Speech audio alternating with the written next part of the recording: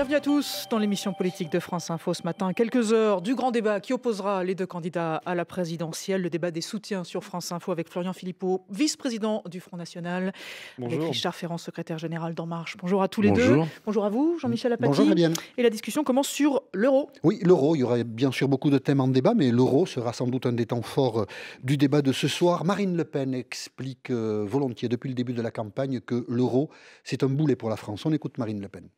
Je veux que nous retrouvions une monnaie nationale, mais je veux le faire par la négociation. Je pense que l'euro va très mal et qu'il faut qu'avec nos partenaires européens, nous envisagions de revenir en réalité à la situation antérieure, c'est-à-dire chaque pays a sa monnaie nationale et nous avons tous ensemble une monnaie commune. L'euro va très mal, dit Marine Le Pen. Il faut revenir aux monnaies nationales. Qu'en pensez-vous, Richard Ferrand ? Je pense que c'est Marine Le Pen qui va très mal, puisqu'elle change de version à 3 jours du scrutin sur le fait de savoir s'il faut une monnaie, deux monnaies. Selon qui on entend, ce sont à des rythmes différents. L'un dit 6 mois, l'autre en 2018. On ne comprend rien. Je trouve donc que Marine Le Pen s'est disqualifiée économiquement dans sa capacité à répondre aux problèmes de nos concitoyens en mettant soudain en cause à la fois son programme sur la sortie de l'euro, à laquelle elle conditionnait, vous auriez pu également publier cet extrait, la mise en œuvre de 70% du dit programme. Donc on n'y comprend plus rien. Cela crée un climat de défiance partout, pour tous les entrepreneurs, pour tous ceux qui se demandent à quelle sauce ils vont être mangés, mais aussi pour tous les épargnants, qui savent bien que, au fond, en inventant le peso et le dollar, vous savez, c'est Cuba ce qu'elle propose, ça veut dire qu'au fond, il y aurait une monnaie qui nous servirait à l'intérieur. En revanche, quand on commanderait des choses à l'extérieur, ce serait en dollars, ce qui est de l'hyperinflation. Enfin, je crois qu'il y a une grande confusion et chaque interlocuteur, chaque représentant de Mme Le Pen donne une version différente. Donc on va entendre celle de M. Philippot. C'est vrai qu'en fin de campagne, une forme de doute s'est installée sur le projet qui est celui du Front National concernant l'euro, Florian Philippot. Pourtant, c'est extrêmement clair. Alors, on vous écoute. Je vois M. Ferrand qui manie la caricature. Le but est de faire peur, on l'a bien compris. Mais ce n'est pas très sérieux. Vous avez connu l'époque de l'écu. Vous n'aviez qu'une seule monnaie dans votre portefeuille, que vous soyez en France ou à l'étranger. Ce serait strictement la même chose. L'écu, c'est une monnaie que vous ne voyez pas. C'était pas une monnaie. C'est une monnaie de transaction. C'était pas une monnaie. Non, c'est une monnaie de compte. Ouais, Une unité de compte. C'était pour les grandes entreprises, pour les États qui font du commerce international. C'est cela que nous souhaitons mettre en place par la négociation, puis le référendum. D'une manière générale, on veut retrouver notre souveraineté nationale. Parce que vous parlez des 70%. Qu'il est difficile de mettre en œuvre et que vous interdisez de mettre en œuvre. Qui l'avait dit. Oui, elle l'a dit, mais moi je le confirme. C'est pas moi. Et que vous interdisez totalement de mettre en œuvre. C'est-à-dire que vous êtes complètement aveugle sur 70% de ce qu'on pourrait faire. Et vous restez dans les vieilles recettes. De ce que vous pourriez faire, vous. Non, vous restez dans les vieilles recettes qui ne fonctionnent pas avec tous les soutiens, les revenants de M. Macron. J'ai vu hier le meeting de Bernard Cazeneuve et Jean-Christophe Cambadélis à fond derrière lui. M. Cazeneuve a même parlé de notre candidat et de notre victoire. Ça y est, les masques tombent. Il était bien le candidat du gouvernement Hollande. Oui, effectivement, pour faire du patriotisme économique, c'est-à-dire donner un avantage aux PME françaises, par exemple, dans la commande publique, il faut revoir complètement les règles européennes parce que c'est interdit aujourd'hui. Pour aider nos exploitations agricoles... Non, on parle de l'euro, là. Non, mais tout cela est lié. On parle de l'euro. Nous sommes un pays qui ne maîtrise plus son budget, qui ne maîtrise plus sa monnaie, qui ne maîtrise plus ses frontières économiques, financières, mais aussi migratoires, ce qui est un autre sujet, ce qui pose d'énormes difficultés. Un pays dont la loi n'est même plus souveraine, c'est-à-dire qu'on fait semblant de voter des lois à l'Assemblée nationale et au Sénat, et en réalité, des directives prises par des technocrates non élus à Bruxelles ont une autorité supérieure. Mais donc sur l'euro, Monsieur Philippot. Oui, mais attendez, de grâce, je soyez sais que ça vous dérange, sur l'euro. parce que non, ça c'est votre œuvre. Y compris quand les Français, ont dit non par référendum à tout cela, alors en 2005 sur la Constitution européenne. Pas sur l'euro, c'était pas ça le sujet. Votre parti, c'est-à-dire le Parti socialiste, parce que vous êtes du Parti socialiste comme la plupart des gens d'En Marche que j'ai toujours en face de moi, c'est toujours des socialistes. Sur l'euro, Florian Philippot, juste une précision. Est-ce que vous pouvez mettre en œuvre votre programme en restant à l'euro et en prenant du temps pour sortir de l'euro, ou est-ce qu'il faut commencer par la sortir de l'euro d'abord? Il faut commencer par la négociation, et ce qu'on mettra en œuvre tout de suite, c'est tout ce qu'on peut faire encore avec l'euro. Mais sortir de l'euro d'abord, c'est une mesure immédiate qu'il faut prendre. Ah non, il faut négocier. Nous avons fixé un objectif négocier la sortie de 6 mois. Non, mais toutes les souverainetés, pas que la monnaie. Les frontières, je l'ai dit aussi, migratoires, le patriotisme économique et la supériorité de la loi. Puis un référendum. D'accord. Non, mais tout cela, nous, on le fera dans un package global. L'euro est une des questions. Maintenant, il faut savoir que, et c'est cela qui a été précisé dans l'accord avec Nicolas Dupont-Aignan, et c'est très sain et c'est très bien qu'on l'ait écrit, c'est qu'on peut tout de suite faire des choses. On va tout de suite abroger la loi El Khomri. Ça, on peut le faire euro, pas euro. Non, mais justement, on va en reparler. On va baisser tout de suite l'impôt sur le revenu de 10% pour les 3 premières tranches. On parle des mesures économiques. C'est ça, les mesures économiques. Ça, on peut le faire. On va tout de suite faire en sorte d'augmenter les petites retraites. Vous voyez, on va tout de suite mettre en place la prime de pouvoir d'achat. Je veux dire, cela, ce sont des mesures immédiates. Mais sinon, le projet alternatif, c'est quoi? Parce que moi, je veux bien que vous critiquiez, vous fassiez peur aux gens. Mais c'est quoi? On va l'écouter. C'est de continuer dans l'austérité. Ben, souvent, ils ne le donnent pas. Ils font peur sur le nôtre, mais ils ne donnent pas leur projet. Ça reste flou et on a l'impression que c'est une grande continuité avec François Hollande. Richard Ferrand. Allez-y. Est-ce que l'euro, c'est un problème? D'abord, nos auditrices et nos auditeurs auront bien compris que lorsqu'on pose une question précise à un représentant du parti du Front National, il n'y répond pas sur cette question vitale de l'euro. Mais moi, je parle de mon projet, vous ne parlez jamais du vôtre. Jamais. Et il l'ensevelit sous un tas de considérations qui, au fond, lui permettent d'éviter de répondre à cette question cruciale.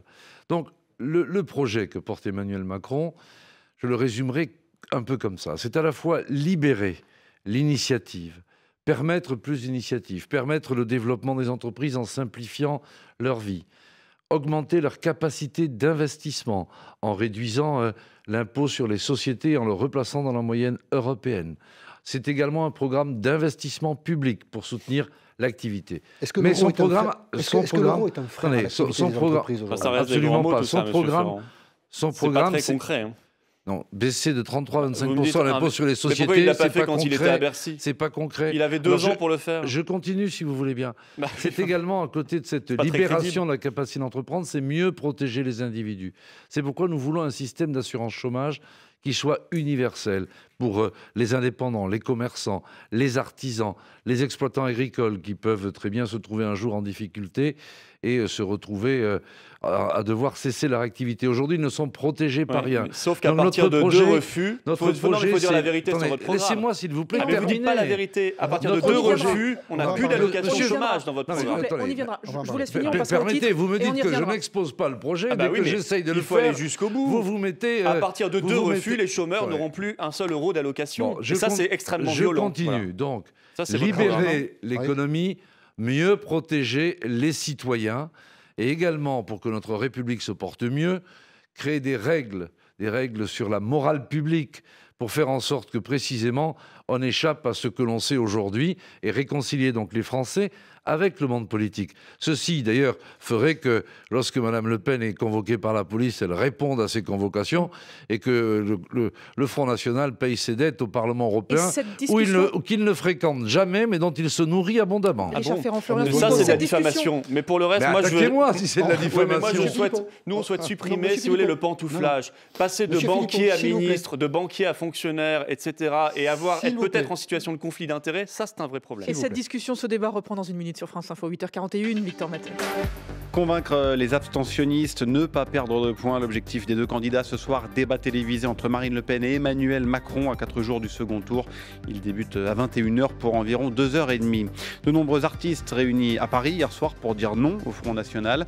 À Dijon, le PS avait organisé un meeting de soutien à Emmanuel Macron. Le Premier ministre Bernard Cazeneuve a appelé à voter massivement pour le candidat d'En Marche contre le danger que représente Marine Le Pen. En Afghanistan, au moins 8 civils tués et 20 personnes blessées dans un attentat suicide. C'était ce matin à Kaboul. Un convoi de véhicules de l'OTAN a été visé.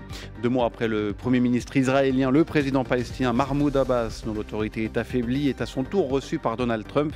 Le président américain, qui a revu sa position depuis son arrivée à la Maison-Blanche, espère peser sur la situation au Proche-Orient. Et puis, première demi-finale de Ligue des Champions pour un club français. Depuis 7 ans, Monaco reçoit la Juventus Turin ce soir en match aller à 20h45.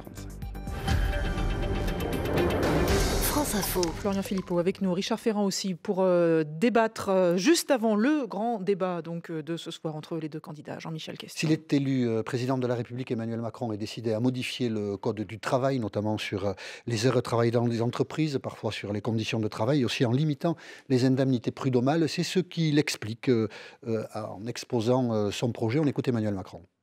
L'autre point que dès le début, enfin, je lance, c'est la réforme du droit du travail, la simplification, le fait de renvoyer beaucoup plus de choses à l'accord majoritaire d'entreprise et l'accord majoritaire de branche. Ce type de réforme est sans doute populaire chez les petits chefs d'entreprise ou les responsables d'entreprises moyennes que vous défendez tout le temps, Florian Philippot. Pourquoi vous vous opposez à la réforme du Code du travail que propose Emmanuel Macron? Vous savez, les petits patrons, comme vous dites, n'ont pas accueilli avec grand enthousiasme la loi El Khomri. Ils ont bien vu que ça ne créerait pas beaucoup d'emplois. Ils n'ont pas beaucoup défilé. Par contre, ça, ils n'ont pas l'habitude beaucoup de défiler parce qu'ils travaillent beaucoup. Par contre, ça allait. Et ceux qui défilent ne travaillent pas, c'est ça que vous voulez dire? Ils ont probablement. Voilà une marque de respect pour les syndicalistes. Vous savez que parfois la vie est compliquée et que c'est pas parce qu'on ne défile pas qu'on n'est pas d'accord avec quelque chose. Moi, combien de fois je ne suis pas d'accord avec ce que vous avez fait le Parti socialiste, puisque le Parti socialiste, c'est votre parti quand même qui vient de finir le quinquennat. Et je n'ai pas défilé et pourtant je n'en pensais pas moins. Réformer le Code du travail. Pourquoi y êtes-vous opposé? Mais parce que c'est une précarisation terrible. Il faut voir ce qu'il y a dans la loi El Khomri, par exemple. On vous parle de ce qu'Emmanuel Macron lui, il veut aller encore plus loin. C'est-à-dire que lui, il veut faire une loi El Khomri plus... Attendez, monsieur Ferrand, il veut faire une loi El Khomri plus par ordonnance, tout de suite, c'est-à-dire même sans débat parlementaire. Quand même, dans la loi El Khomri, je rappelle que les visites médicales d'entreprise passent de tous les 2 ans à tous les 5 ans, ce qui va augmenter les accidents du travail et va créer encore plus de précarité. Je rappelle que depuis la loi Macron, il y a 40% de saisines en moins des prud'hommes. Donc les salariés sont beaucoup moins protégés qu'ils ne l'étaient auparavant. Permettre aux entreprises de s'organiser, de trouver des accords à l'intérieur. Alors ça, c'est extrêmement dangereux. Nous, autant les accords par branche, d'accord, avec une durée légale de 35 heures, mais des accords par branche à condition, par exemple, qu'on passe à 37 heures, payé 37, pas 35. Ça fait une grosse différence avec Macron. Mais lui, il veut des accords par entreprise. Des accords d'entreprise, c'est la concurrence de tous contre tous. C'est vraiment... l'idée générale qu'on va aller vers un modèle où il n'y aura plus de normes et on se mettra tous en concurrence. De la même manière que vous gardez la directive détachement des travailleurs, que nous, on veut supprimer. De la même manière, vous parliez de votre projet. Ce que vous avez oublié de dire dans votre projet, c'est l'augmentation massive de la CSG. 1,75 points, qui n'est pas compensée pour les indépendants, qui n'est pas compensée pour 60% des retraités, c'est-à-dire une baisse nette de pouvoir d'achat. On va rester sur la réforme du Code du travail. Que cherchez-vous avec cette réforme du Code du travail? C'est la loi El Khomri plus. Attendez, vous permettez, chacun aura une fois encore noté que chaque fois qu'on appuie sur le bouton Front National, on débite un tas de choses fausses, et ensuite il faut que je prenne un peu de temps pour les démentir. Pourtant, c'est exactement ça, et vous le savez bien. Lorsque Emmanuel Macron développe l'idée qu'il faut être au plus près du terrain pour faire en sorte que s'il y a un accord majoritaire, vous avez bien entendu dans l'extrait qui a été diffusé, accord majoritaire. À ce moment-là, c'est au plus près du terrain que salariés et employeurs vont optimiser la manière de travailler, de s'organiser pour faire réussir l'entreprise. Ça s'appelle précariser. Je voudrais... Non mais attendez, arrêtez donc de vous agiter comme ça. De supporter le débat, mais monsieur Ferrand. De vous agiter. Donc, restez calme, ça va bien se passer. Je voudrais donner un autre exemple là-dessus. Vous vous souvenez peut-être que l'on a évoqué le travail du dimanche dans la loi Macron. On nous a dit, mais enfin c'est épouvantable, donc il y avait des cris d'orfraie un peu comme ce que pousse régulièrement M. Philippot. Qu'est-ce qui s'est passé? On avait dit pas d'accord, pas d'ouverture le dimanche. Eh bien, le premier accord qui a été signé au BHV, c'est par le syndicat Sud et un certain nombre de leurs collègues, puisqu'au fond, les salariés et l'entreprise s'y sont très bien retrouvés. Eh bien, si je prends cet exemple concret, c'est parce que nous avons, nous, la conviction que c'est au plus près du terrain. Et moi, j'ai dirigé des entreprises, j'en ai créé, et des accords d'entreprise, j'en ai signé beaucoup, pendant que vous étiez un des responsables de partis politiques. Eh bien, non, probablement que j'étais pas né. Eh bien, figurez-vous que ça, c'est un peu désobligeant. Bah non, mais excusez-moi. Oui, non, mais enfin, vous êtes grossier comme votre candidat, mais ça nous est égal. Ça nous est égal. Donc, c'est comme ça, c'est tout. Vous savez, jusqu'en 2012, avant d'être député, j'ai dirigé, moi, vous êtes au PS depuis 21 ans, 22 ans. Être au PS n'est pas en vivre, monsieur. Mais si, moi, vous êtes un apparathique du PS, je suis désolé, je vous l'ai déjà dit, mais c'est une réalité. Vous dites ça, monsieur? Mais parce que face à moi, quand j'étais En Marche, ce sont toujours des apparatchiks du Parti Socialiste. J'ai eu M. Patria, qui a adhéré en 1974. Mais M. Patria n'est pas en face de vous, là. Non, mais c'est En Marche. En Marche, hier, meeting de Cazeneuve, ralliement de Valls, ralliement de Taubira, soutien de Hollande. Dites la vérité aux Français. Vous êtes le Parti Socialiste rebaptisé En Marche. Le lapin Duracell de la sottise. Vous savez, dès que vous pouvez vous débiter... vous gêne parce que l'astuce, c'est que le Parti Socialiste n'avance plus sous son nom, c'est tout. On s'est un peu éloigné du sujet et puis on s'en moque un peu. Nous étions sur la loi travail. Savoir si le même parti va rester au pouvoir ou pas. Étant mis en cause personnellement, la fin de votre raisonnement sur la loi travail, monsieur Ferrand. Étant mis en cause personnellement, je veux signaler que j'ai été directeur salarié d'une entreprise pendant 20 ans, jusqu'en 2012, date à laquelle je suis devenu parlementaire. C'est un réseau de soins de 400 salariés et qu'au préalable, j'avais géré d'autres entreprises. Ça c'est dit, donc je ne suis pas un apparatchik. Richard voilà. Ferrand, donc question. vous mentez. Non, vous êtes au PS depuis 22 ans.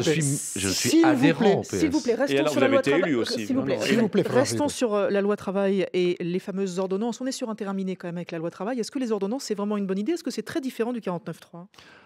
D'abord, contrairement à ce qui a été dit, vous le savez, une ordonnance ensuite doit être ratifiée pour avoir force de loi. Premier point. Deuxième point, notre projet a été défini par le candidat et soumis au vote. La concertation aura évidemment lieu, mais ce que l'on souhaite aussi, c'est agir vite et efficacement, non pas par derrière, non pas en ne prévenant pas. Les choses sont sur la table du débat présidentiel. Donc, le chantier sera rapidement ouvert. Il y aura débat et concertation à la fois avec les partenaires sociaux et le Parlement, mais le signal, c'est de dire qu'il faut aller vite.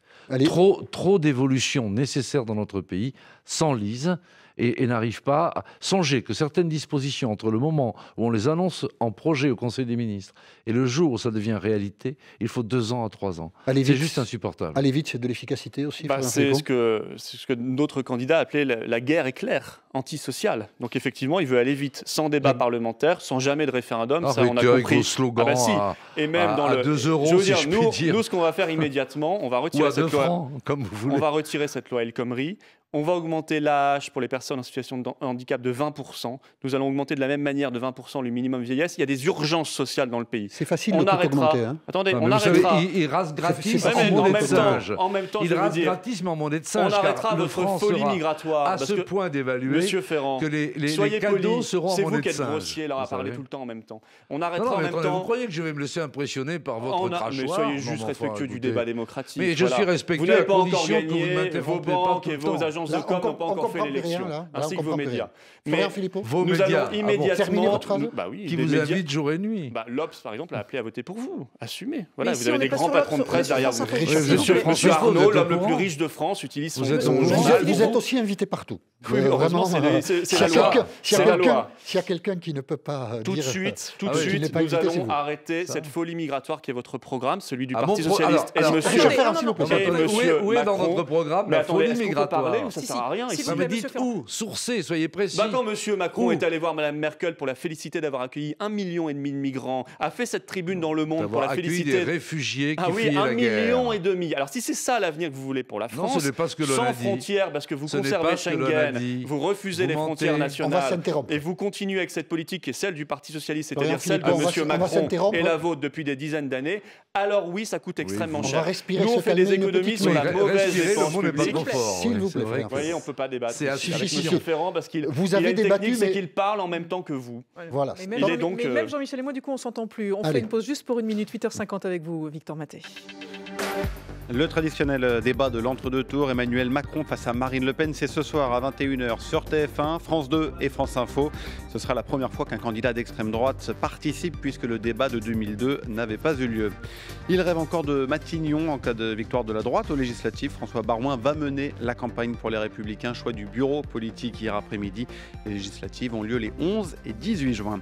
Carmat, autorisé par l'Agence du médicament à implanter de nouveaux cœurs artificiels. Les conditions de sécurité et de maîtrise des risques sont jugées satisfaisantes. Les essais cliniques avaient été suspendus il y a 6 mois après le décès d'un 5e patient.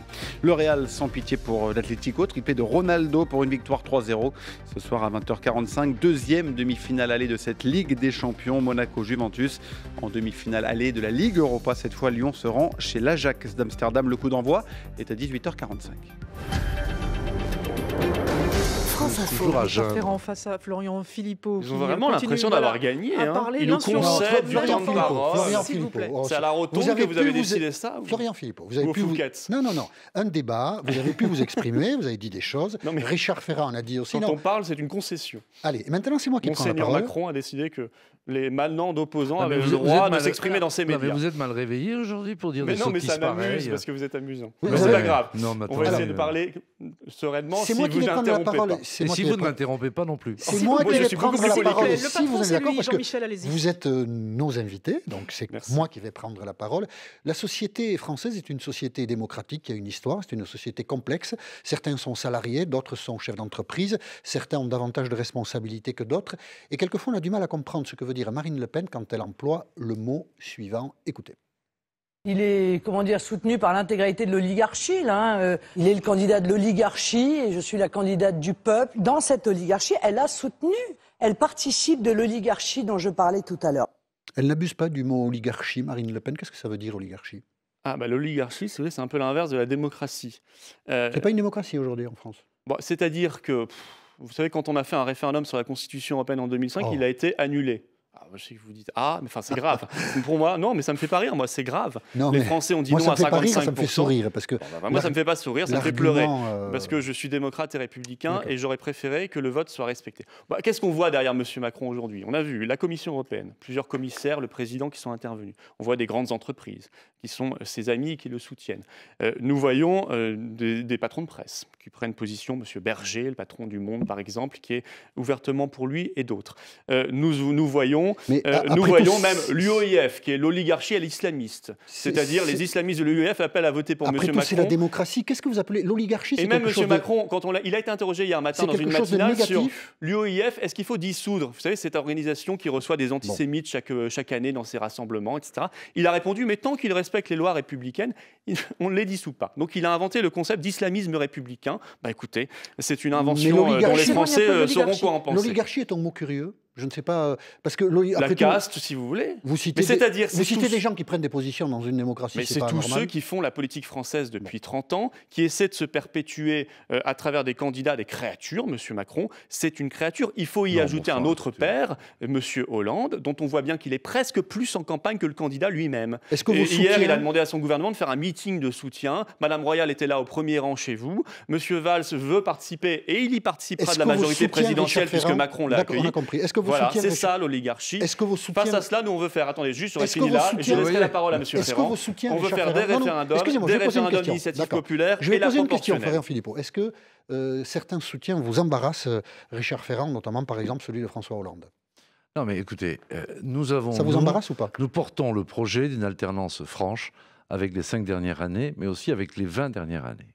Et à la différence du parti du Front National qui, depuis 40 ans, voit la saga familiale se dérouler, la petite PME d'extrême droite qui, depuis 40 ans se présente à l'élection présidentielle avec M. Le Pen père, Mme Le Pen fille et bientôt la petite fille. Parce que la caste, elle est là. C'est la caste de Montretout. Vous avez tout le gouvernement c'est ça qui est la caste. Sortant. Ensuite, pour répondre précisément à votre question, l'ambition d'Emmanuel Macron est évidemment de rassembler les Françaises et les Français, d'où, quelle que soit leur sensibilité politique d'origine, dans un mouvement progressiste qui, enfin, retrouve le goût de la conquête pour notre pays, retrouve le goût de l'entreprise, mais aussi de la protection, avec un modèle social plus protecteur que le nôtre qui fabrique des millions de chômeurs et près de 10 millions de pauvres. Donc, quand telle ou telle personnalité dit « je préférerais, je souhaite » que Emmanuel Macron soit élu président de la République. J'approuve son projet. C'est toujours les mêmes. Eh bien, que ce soit le président de la République, a fortiori bien entendu, ou que ce soit des personnalités de droite, du centre ou des socialistes, nous ne pouvons que nous en réjouir. Mais nous soutenir ne signifie en aucun cas infléchir notre cap. Si vous en êtes d'accord... C'est ce sur quoi il faut être précis. Et je ne vois pas pourquoi vous ne le seriez pas. Je vais vous poser à chacun une question différente et vous y répondez de la manière la plus courte possible. Marine Le Pen a dévoilé le nom de son Premier ministre si elle était élue à la présidence de la République. Pourquoi Emmanuel Macron ne dit-il pas le nom de celui qui dirigerait le gouvernement qu'il nommera s'il est élu président de la République, Richard Ferrand? Parce que nous ne sommes pas en Amérique pour faire des tickets qui, en fait, en l'occurrence, chez Le Pen, sont des arrangements de boutique. Deuxièmement, on respecte le suffrage universel. Emmanuel Macron n'est pas encore élu, que je sache, pas plus que Mme Le Pen. Et donc, c'est après son installation qu'il exercera cette prérogative du président de la République, parce que c'est quand même mieux de respecter les institutions que de ne pas les respecter. Une question différente, donc, Florian Philippot, quand on veut diriger la 6e nation du monde, est-ce que c'est bien sérieux de faire du plagiat à la tribune d'un meeting devant 10 000 personnes qui sont venues vous écouter? Vous savez, un petit clin d'œil sur une 90 sérieux secondes, sur 1h20. Est-ce que c'est un beau discours de ce que l'on ambitionne, c'est-à-dire être président de la République? Oui, parce que vous avez écouté le discours et vous avez vu à quel point elle définissait la culture française, les paysages, l'identité. Oui, sur ce point-là, on assume. C'était beau, c'était bien dit. Et quand les choses sont bien dites, pourquoi les dire autrement? Et pourquoi n'avoir pas dit vous-même que c'était un plagiat? Parce que sinon, vous n'en parleriez pas. Et personne n'aurait entendu cette partie du discours. C'est bien ce qu'on pensait. Une fois qu'elle l'a fait, pourquoi ne pas l'avoir dit tout de suite plutôt que vous faire voler le truc? Un clin d'œil, pas un plagiat, un clin d'œil. Mais je vais vous dire une chose, que M. Macron ne donne pas son nom de Premier ministre, alors que plusieurs sont candidats chez vous. Madame Parisot, M. Valls et d'autres. C'est éminemment inquiétant parce qu'il ne fait quand même que diriger l'action du gouvernement. Diriger l'action du gouvernement pendant 5 ans, décider des mesures de la guerre sociale que vous allez mettre en œuvre. De fausses rumeurs. C'est terminé. Moi, je vois Monsieur Ferrand s'agiter sur le programme de ce qui s'est passé depuis 5 ans, mais qui avait écrit le programme économique de Hollande? C'était M. Macron. Merci Florian Philippot et merci Richard Ferrand d'avoir accepté notre invitation. Je ne suis pas dans l'insulte. Et merci à tous.